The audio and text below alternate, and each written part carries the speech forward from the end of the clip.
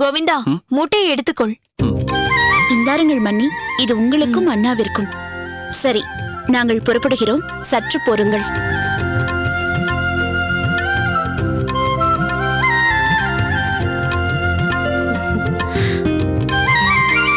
பெரிய பிராட்டி, குங்குமம் எடுத்துக்கொள்.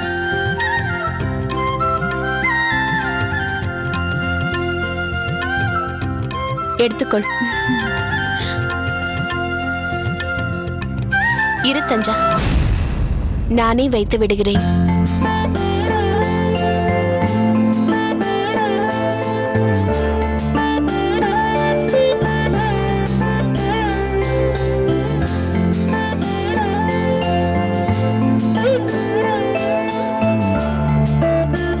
பார்த்தாயா சித்தி, அம்மா மன்னிக்கு மட்டும் தானே குங்குமத்தை இட்டு விடுகிறாள். ஆசைப்பட்டு அகத்திற்கு அழைத்து வந்த மாற்று பெண்ணாயிற்றே, அதீத அன்பு இல்லாமலா போகும்? சரி, புறப்படலாம்.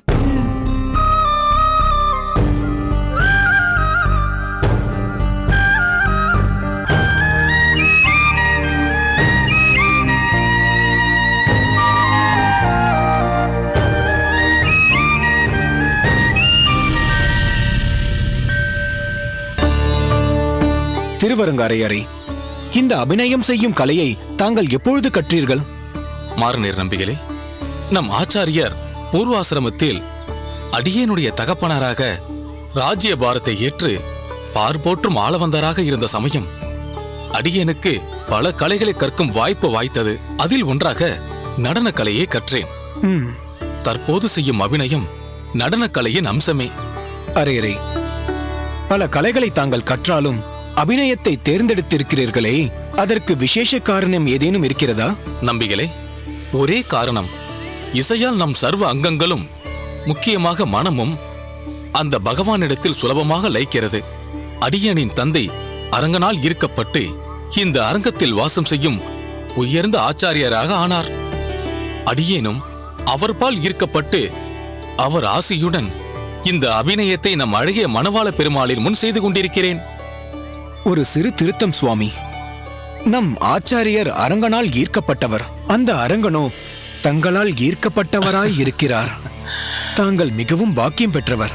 நம்பிகளே, அபிநயம் என்றாலே மனதில் எழும் பல்வேறு உணர்ச்சிகளை பாவனையாக காட்டுவது என்று பொருள். மனதால் பகவானின் பல்வேறு கல்யாண குணங்களை நினைக்கும்படி ஆழ்வார்கள் பாசுரங்களை அளித்திருக்கிறார்கள். அப்பாசுரத்தில் பகவான் ரமிக்கிறான். அதுதான் உண்மை. தாசனடியேன். என்ன அரையரே, ஏதோ சுவாரஸ்யமான உரையாடல் போய்கொண்டிருக்கிறது போல் உள்ளது. ஒன்றுமில்லை சுவாமி, அபிநயம் பற்றி கேட்டுக்கொண்டிருந்தார். அடியனுக்கு தெரிந்த அளவிற்கு அவருக்கு விளக்கிக் கொண்டிருந்தேன், அவ்வளவுதான். மாரநேர் நம்பிக்கு பல விஷயங்களில் கற்பதில் ஆர்வம் அதிகம். ஆனால் அவரிடமிருந்து நாம் கற்பதற்கும் விஷயம் இருக்கிறது. சுவாமி, இந்த அர்ப்பணை கொண்டாடுவது போதும்.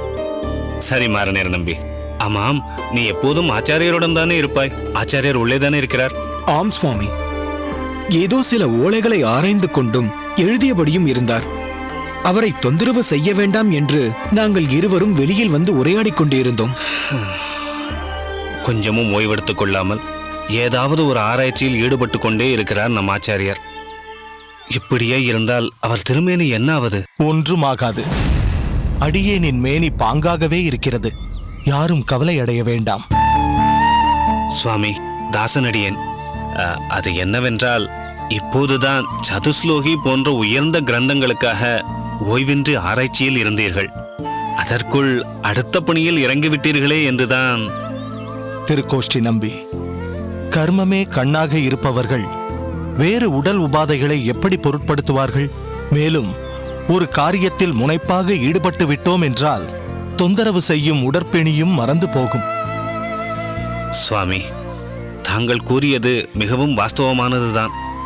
அதை அடியேனும் உணர்ந்திருக்கிறேன். இருப்பினும் தங்கள் வயதையும் தாங்கள் சற்று நினைவில் கொள்ள வேண்டும். வயதை விட்டுத்தள் திருக்கோஷ்டி. இந்த தேகம், வயது இவையெல்லாம் அரங்கன் சங்கல்பம் என்னவோ அதன்படி மாறிக்கொண்டே இருக்கும். அடியேனின் நெடுநாள் விருப்பம் கைகூட வேண்டும் என்னும் போது ஓய்வு ஏது, உறக்கம் ஏது? முயற்சி எவ்வளவு துரிதமோ பலன் அவ்வளவு சீக்கிரம். ஆஹா சுவாமி, தற்போது எந்த முயற்சிக்கு முக்கியத்துவம் கொடுத்திருக்கிறீர்கள்? அடியேன் அன்று குறிப்பிட்டேனே 3 விருப்பங்களை. அதில் ஒன்றான வேதாந்த சூத்திரத்திற்கு ஒரு விளக்க உரை, அதுவும் அனைவரும் புரிந்து கொள்ளும்படி செய்ய வேண்டும். ஆனால் மூல நூலோ காஷ்மீர தேசத்தில் உள்ளது. அதைத்தான் யோசித்துக் கொண்டிருந்தேன். சுவாமி, அது எவ்வளவு தொலைவில் இருந்தாலும் அந்த மூல ஓலை தொகுப்பை அடியேனையே அர்ப்பணம் செய்து இங்கு கொண்டு வருவேன். மாரநேர் நம்பி, அவ்வோலை வெகு தொலைவில் உள்ளது என்பது மட்டும் விஷயமில்லை. அத்தொகுப்பு மிகவும் பாதுகாப்பாகவும் வைக்கப்பட்டுள்ளது. அதை காப்பாற்றி வருபவர்கள் அவ்வளவு எளிதில் கொடுத்துவிட மாட்டார்கள். அதற்கு விசேஷ முயற்சி தேவை.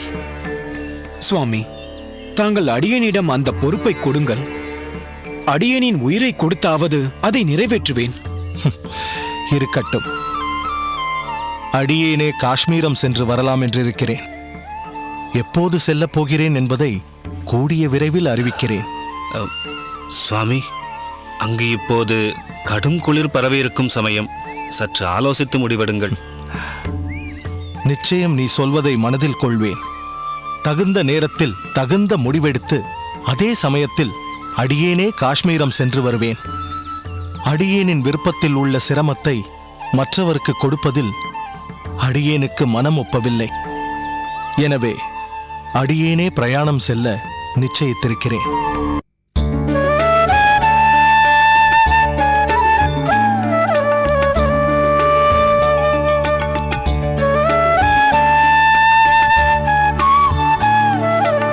அம்மா, தஞ்சா, உட்கார்.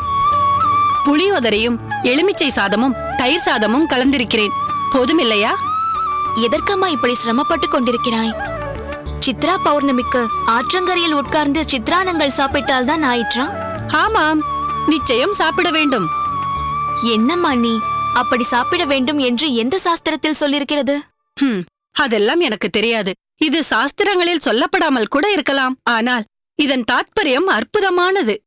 சித்திரை வெப்பம், மிகுதியான மாதம், பௌர்ணமி நிலவும், பெருகி ஓடும் ஆற்றங்கரையின் ஓரமும் உடலுக்கு இதமளிக்கும். உடல் இதமானால் மனதும் இதமாகும். புதுமணத் தம்பதிகள் சித்ரானத்தை ஒருவருக்கொருவர் பரிமாறிக்கொள்வது போலவே அவர்களின் எண்ணங்களையும் பரிமாறிக்கொள்ள அது ஒரு அற்புதமான சூழ்நிலை. தம்பதிகளின் அந்யோன்யத்தை அந்த சூழல் அதிகப்படுத்தும். ஓ, இவ்வளவு விஷயங்கள் இருக்கிறதா இந்த சித்ரா பௌர்ணமியில்?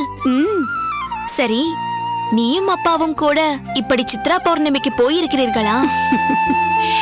ஏன் போகாமல்?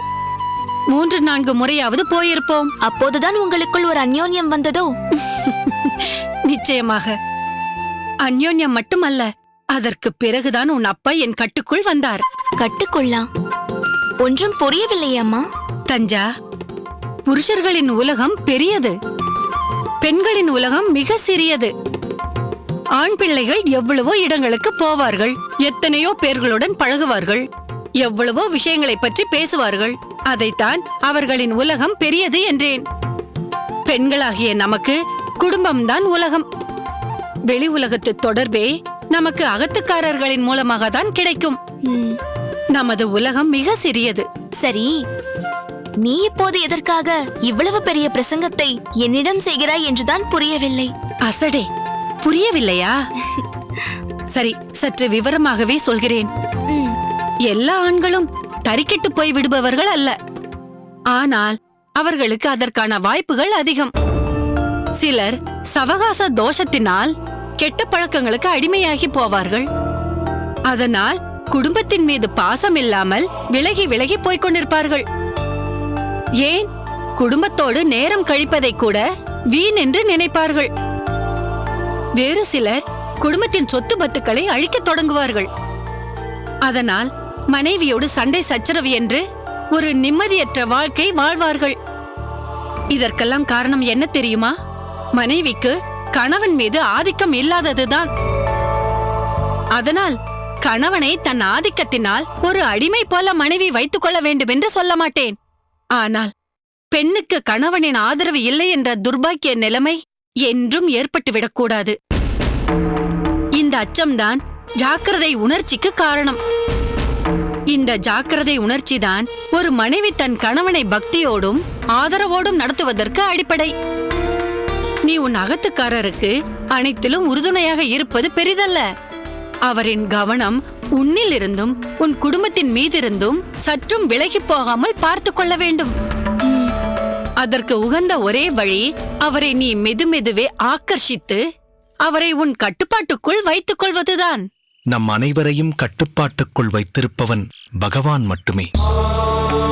மனிதர்களை மட்டுமல்ல, அவன் படைத்திருக்கும் கோடானு கோடி ஜீவராசிகளையும், இந்த பிரபஞ்சத்தில் உள்ள சேத்தன அச்சேதன பொருட்களையும் கூட அவன் தன் கட்டுப்பாட்டுக்குள் வைத்துக் கொண்டிருக்கிறான். இதில் நாம் ஒருவரை ஒருவர் கட்டுப்பாட்டுக்குள் கொண்டு வர வேண்டும் என்று நினைப்பது எவ்வளவு மடமை! வாஸ்தவம்தான் மாப்பிள்ளை. இவை அனைத்தும் நீங்கள் அறிந்ததுதான். இருப்பினும் மாப்பிள்ளை என்ற மரியாதை கருதி எனக்கு தெரியும் என்று சொல்லாமல் முதல் முறையாக இதை கேட்பது போல் கேட்டுக்கொண்டிருந்தீர்கள், இல்லையா? அப்படி இல்லை. தங்களின் வியாக்கியானம் எப்படி இருக்கிறது என்று அறிந்து கொள்ள இது எனக்கு ஒரு வாய்ப்பல்லவா? ஏதோ என் சிற்றறிவை வைத்துக்கொண்டு எனக்கு தெரிந்த வரையில் வியாக்கியானம் செய்தேன். மாப்பிள்ளை, முகஸ்துதிக்காக சொல்லவில்லை, மிக நன்றாகவே இருந்தது. சுவாமி, உள்ளே வந்து உட்காரக்கூடாதா?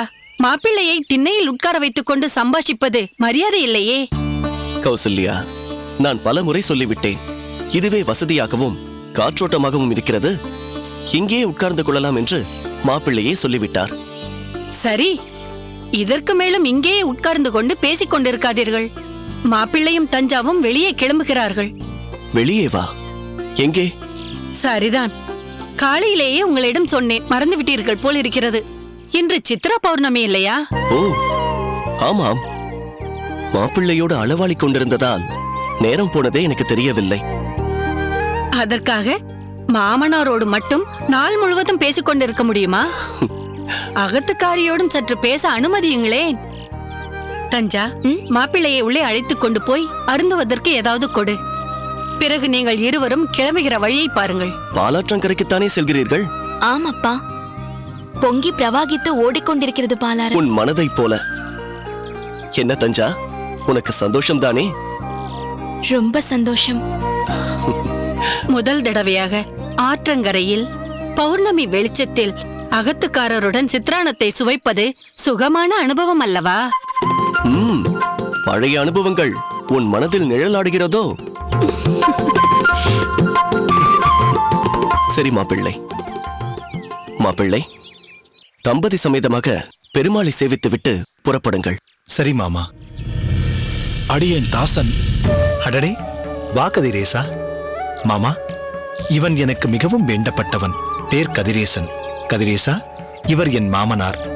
நமஸ்காரம். நமஸ்காரம். இவர் என் மாமியார். நமஸ்காரம். கதிரேசா, இன்றுதான் கூரத்திலிருந்து வந்தாயோ? நேற்றே வந்துவிட்டேன். பாசுர வகுப்பிற்கு சென்றிருந்தேன். கோவிந்தனும் இல்லையே. அங்கே மாணவர்களுக்கு யார் பாடம் எடுக்கிறார்கள்? சுவாமி, சொல்வதற்கு சற்று வருத்தமாக இருக்கிறது. ஏன்?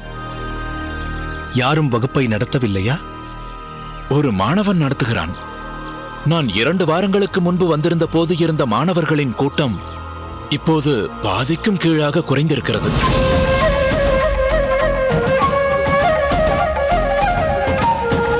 என்ன சொல்கிறாய் கதிரேசா? மாணவர்கள் குறைந்ததற்கு என்ன காரணம்? புதிதாக சேரும் மாணவர்கள் தங்களிடம்தான் படிக்க வேண்டும் என்று எண்ணுகிறார்கள். தாங்கள் இல்லாமல் வேறு யாரோ பாடம் நடத்தும் போது அவர்கள் மிகவும் குழம்புகிறார்கள்.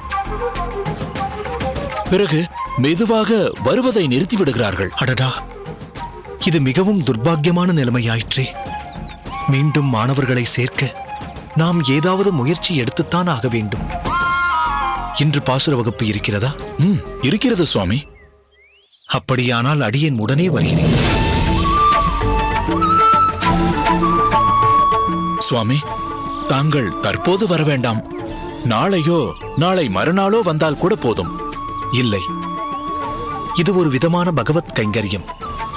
இம்மாதிரி விஷயங்களை ஆறப்போடக்கூடாது. மாமா, நான் பாசுர வகுப்பிற்கு சென்றுவிட்டு வருகிறேன். மாப்பிள்ளை, சித்ரா பௌர்ணமிக்கு வேண்டிய ஏற்பாடுகள் எல்லாம் செய்தாகிவிட்டது. பாவம், தஞ்சா இதை மிகவும் எதிர்பார்த்து காத்துக் கொண்டிருக்கிறாள். இல்லை மாமா, தஞ்சாவின் எதிர்பார்ப்பை விட தமிழ் பாசுரத்தின் மகத்துவம் தமக்கும் புரிய வேண்டும் என ஆர்வத்தோடு காத்திருக்கிறார்களே குடிசை வாழ் மக்கள். அவர்களின் எதிர்பார்ப்புத்தான் அடியேனுக்கு மிகவும் முக்கியம். சித்ரா பௌர்ணமி மறுபடியும் அடுத்த வருடம்தானே வரும் மாப்பிள்ளை? சித்ரா பௌர்ணமி அடுத்த வருடம் நிச்சயமாக வரும். ஆனால் தமிழ் பாசுர வகுப்பை விட்டு மாணவர்கள் சென்று விட்டால் அவர்களை மீண்டும் அழைத்து வருவது மிகவும் கடினமாயிற்றே. மாப்பிள்ளை, தயவு செய்து இந்த ஆற்றங்கரைக்கு போய்விட்டு மகிழ்ச்சியாக பொழுதை கழித்துவிட்டு வாருங்களேன்.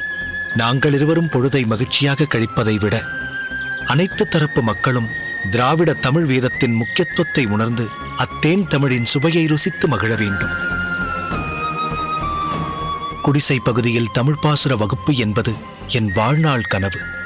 இதை தொடங்குவதற்கு நான் எவ்வளவு போராடியிருக்கிறேன் என்று உங்களுக்கு தெரியாது. இதில் மாணவர்கள் குறைந்து விட்டார்கள் என்பதை கேட்கும்போது அடியேனின் மனம் வேதனைப்படுகிறது. இதை எப்படியாவது சரி செய்ய வேண்டும். இப்போதைக்கு அடியேனின் மனதில் இது ஒன்றுதான் தலையாயதாக இருக்கிறது. கதிரேசா, சுவாமி, வா போகலாம்.